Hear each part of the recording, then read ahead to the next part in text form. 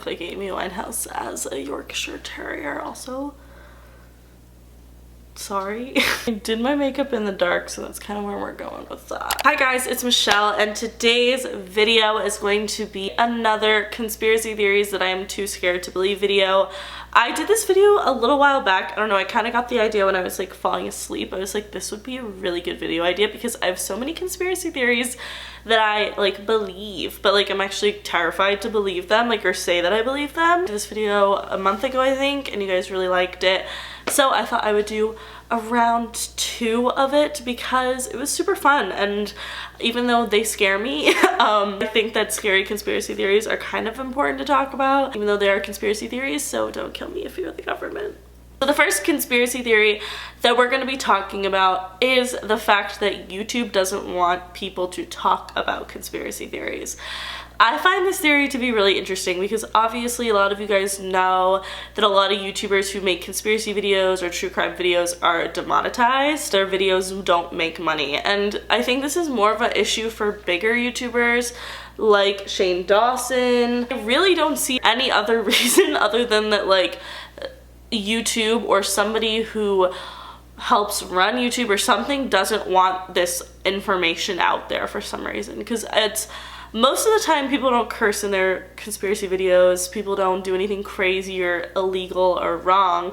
They're literally just talking about conspiracy theories, so it makes no sense to me why it would be demonetized. But this has definitely been an issue for a bunch of different YouTubers who make conspiracy content, and I just think it's really interesting. I don't know if this is just me, but I kind of think that the government might not want like Shane Dawson to be making these huge production videos about conspiracy theories that get 20 million views. So maybe if someone tells YouTube and Google to not let these conspiracy videos get monetized.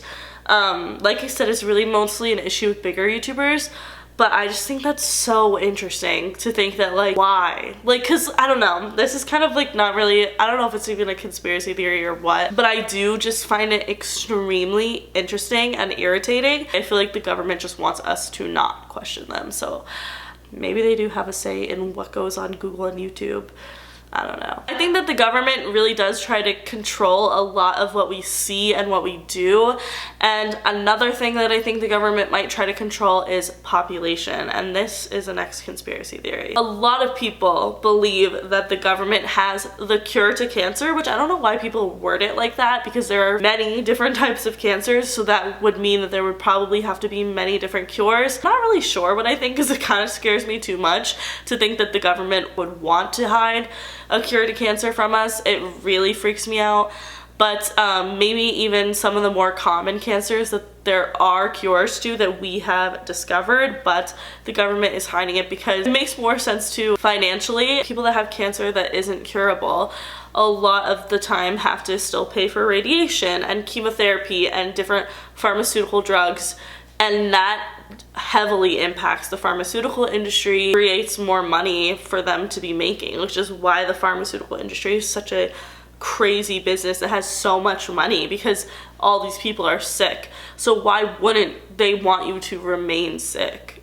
It kind of makes sense. Obviously it's messed up, but I do kind of believe it because we're all human, and obviously humans care a lot about money, and so does the government, and so do these medical industries. It's so beyond messed up, and it really, really, really freaks me out to believe, but I kind of do. So the next 3 conspiracy theories kind of coincide and all form together, and they are so incredibly terrifying, so let's get into it. So the first one I want to talk about is fake relationships and celebrity PR stunts. I think that this is such an interesting topic that really creeps me out because it's so scary how much these music industry companies and like record labels want to control your mind and control the way your mind works and make you believe a certain thing in order for you to buy a song or purchase an album or go see this person on tour, and it literally terrifies me. This has been really getting to me with this whole Shawn Mendes and Camila Cabello thing, and I'm not saying it's impossible that they're dating.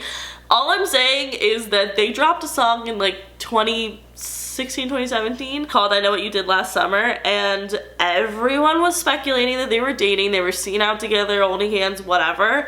And then now, 3 years later, they drop another song called Senorita, and now this is another time where everyone's speculating that they're dating. I don't know. I think it's a hoax. I think it's literally such a PR stunt. It's not even funny.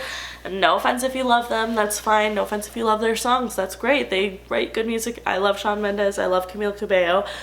But I just don't think they're actually dating. That's just my personal opinion. So many different celebrities do this, like Harry Styles and Taylor Swift. So many people think that they weren't actually together. Movies and TV shows is another thing. It's almost like PR trains these celebrities to act like they're dating or act like they're flirting with their co-stars in order to make it more interesting and make more people want to watch the show. For example, even though I would love to believe that they have real chemistry, I don't know if they do. Winona Ryder and like David Harbour from Stranger Things, like I want them to be married and have a million children. I mean, they're kind of like older now, but you know, they could adopt babies and I'm going to be here for it. And I just love them together. But like, are they actually together?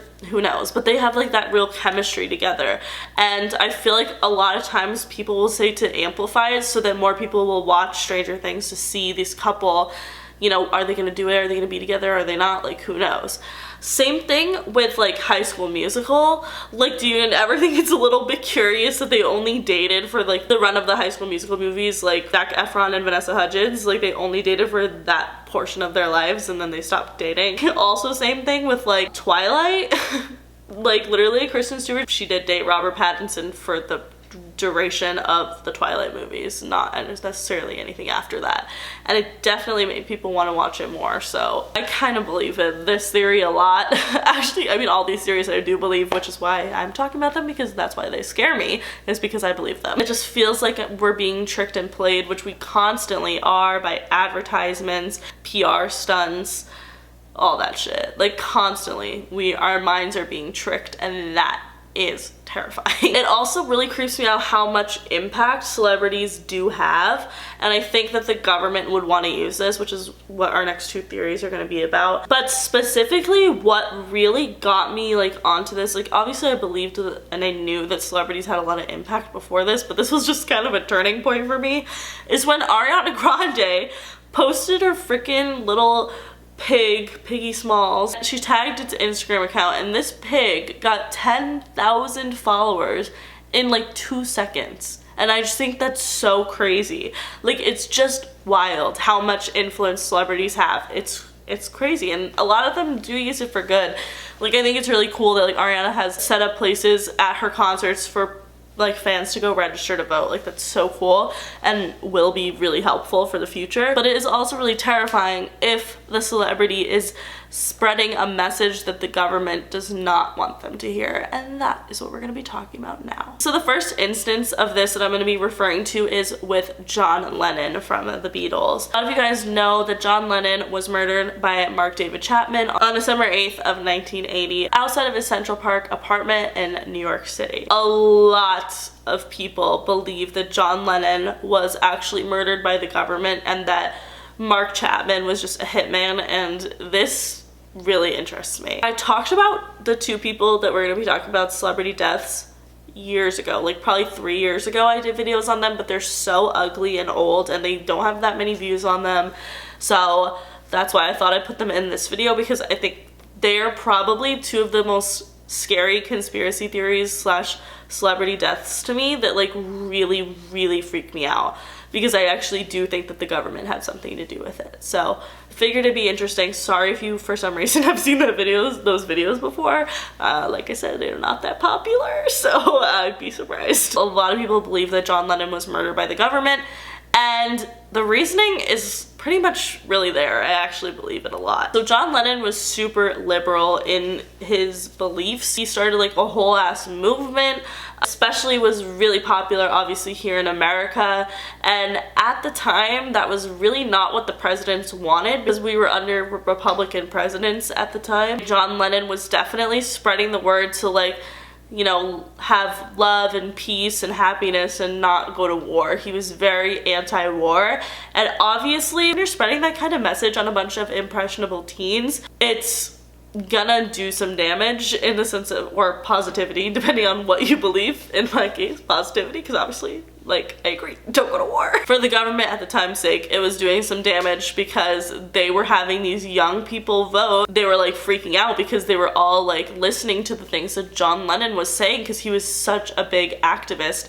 for anti-war. Because the government was super conservative at the time, they despised John Lennon, period. They hated how his influential behavior was influencing the young people who were voting in America. John Lennon actually claimed in the years leading up to his death that he was constantly being watched by the US government. He swore that people were tapping his phones and following him home and all this crazy shit. So Richard Nixon was actually president when the Beatles were popping off, and Richard Nixon is Republican, and he had like super conservative views, and he absolutely hated John Lennon to the point where he actually tried to get him deported back to the UK, which is so wild to me, because like that's just basically a fact right there. That's obviously kind of suspicious that the president of the United States wanted to get him deported because of how influential he was becoming to the American youth. Especially because at this time the voting age got lowered to 18 years old, so that means even more Beatles fans were able to vote, and so many of them were constantly being like told about this anti-war message, and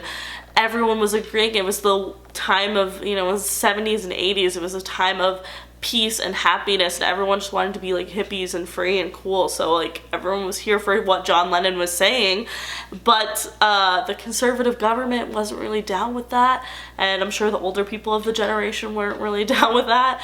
It's kind of like how it is today. I would say like how celebrities speak out about like being more liberal than conservative. It's basically the same thing, but it would be a little bit more suspicious now if celebrities were being killed, because there's so many of them that are speaking out. But at this time, it was pretty much John Lennon was like the spokesperson for the anti-war movement. Another thing that's really sketchy about John Lennon's murder is that Mark David Chapman specifically said that he wanted fame, and that is why he killed John Lennon. But the weird thing is that he claims he wants all this fame, yet right away he pled guilty instead of having a whole like drawn out trial and going to court and all this stuff. He just pled guilty right away, and they sent his ass to jail, and that was kind of the end of it. So how famous is he really getting? Why wouldn't he want to milk the shit out of this if that was his real goal and his only intention of killing John Lennon was to be famous? Like, that's just freaking ridiculous, to be honest. I don't believe it. I think that Mark David Chapman was set up by the government or somebody, don't kill me, to kill John Lennon because they wanted to stop his movement and his anti-war movement and his, you know, whole peace vibes, because whoever did this and whoever set him up obviously wasn't ready for the change that America was making at the time. And it probably scared the hell out of the conservatives, because there was this guy who was not even from this country telling everyone who to like what to vote for and how to vote and how to like feel about certain things. And obviously as humans, we do listen to people that we look up to, so it was probably really terrifying for the conservatives, because they were like, shit, we want to go to war and shit, and John Lennon is telling all these kids who are now voting to not go to war. I don't know, man, I kind of believe it like a lot. The last conspiracy that we're going to be talking about that terrifies me is why Brittany Murphy might have been murdered. I loved Brittany Murphy so much. If you don't know, you probably do know her. Brittany Murphy was an incredible actress. She was famous for Clueless, Girl Interrupted, and 8 Miles, so many other amazing movies. I loved her. Like, I just thought she was such like a ray of sunshine. She's so cute, and it's so heartbreaking. She was only 32 years old, and on December 20th of 2009, Brittany Murphy died of unknown causes at the time, but later it was found that she died of pneumonia and anemia. People around her thought that this was a little sketchy, and they were kind of confused because, you know, when a young person who is relatively outwardly healthy dies of like natural causes, it's very suspicious. However, her husband, Simon Monjack, was the one who was very, very, very suspicious about this whole thing. And it gets weirder because 5 months later, Brittany Murphy's husband, Simon Monjack, died of the exact same thing, pneumonia and anemia. It is one thing to have one person who is 32 years old and outwardly, like I said, healthy and seems fine, die of pneumonia and anemia, but to have another person who is living with her and is married to her, who is 40 years old, die of pneumonia and anemia, is very, very, very suspicious. What are the odds that a young, like, happy, healthy couple dies of the same natural causes within 5 months of each other? It's super suspicious. So at this point, Brittany Murphy's father and her friend Julia Davis were really like confused and found their deaths really suspicious, and they both believed that they were poisoned by the government, which is really freaking scary. The reason that they even had this idea that Brittany was poisoned by the government was because Julia Davis, who is Brittany Murphy's really good friend, was actually the Department of Homeland Security's whistleblower, and she did a lot for the government having to do with keeping terrorists out of the country. But Julia Davis was going through kind of a scandal a couple months before Brittany died, and Julia Davis was basically being accused of all these domestic security issues regarding terrorists, and people were saying that she was like illegally letting people into this country who she knew were gonna like be a harm to people. Because Brittany Murphy was her good friend, Brittany actually spoke out publicly, which obviously, since she's a celebrity, she has a pretty big platform, about this, defending her friend Julia Davis, saying that everything was untrue and that the government was trying to set her up, and all of these supportive things of her friend Julia Davis. So she was actively supporting her and defending her with government issues, and then she dies a couple months later, which is obviously really suspicious. So because Brittany publicly stood by her friend Julia Davis, she claimed that since she stood by her and since she made a public statement about Julia Davis's innocence in this situation, she claimed that she heavily felt like she was being scrutinized by the government, and that she was under government surveillance, and that her phones were tapped, that she was being followed home, that there was helicopters like above her house at all times. She was like super nervous about this government watching her, which is obviously, like I said, very suspicious considering the fate of her and her husband. So Brittany Murphy's father, Angelo Bartolotti, decided to have his own private like autopsy done on his daughter once Simon died, because that's when he found Brittany's death even more suspicious, was when Simon died as well. And so he had this private autopsy done, and they actually found 10 like heavy metals in her system that basically could only be from rat poison, which is really freaking weird and really concerning. And a lot of people, and even her father for a long time, believed that the government is who killed her and basically poisoned Brittany Murphy and her husband. And I believe it, and it scares me that I believe it, because I just don't like to think that our government like can do something like that. I'm not saying that they are or that they did. I'm just saying that it's suspicious that she stands up for her friend who is going through like something that the government is trying to accuse her of doing, and she publicly defends her, and then all of a sudden she dies, especially because she's like such a huge celebrity. So obviously her saying something is going to make a difference, because like I said, celebrities have crazy impacts and crazy influence. I'm just freaking terrified, to be honest, and it's so heartbreaking because I love Brittany Murphy so much. But that is it for today's video. If you guys liked it, please give it a big thumbs up. Let me know in the comments some conspiracy theories that you guys are really afraid to believe, that you like you kind of know in your heart that it probably could have some truth to it, that it terrifies you.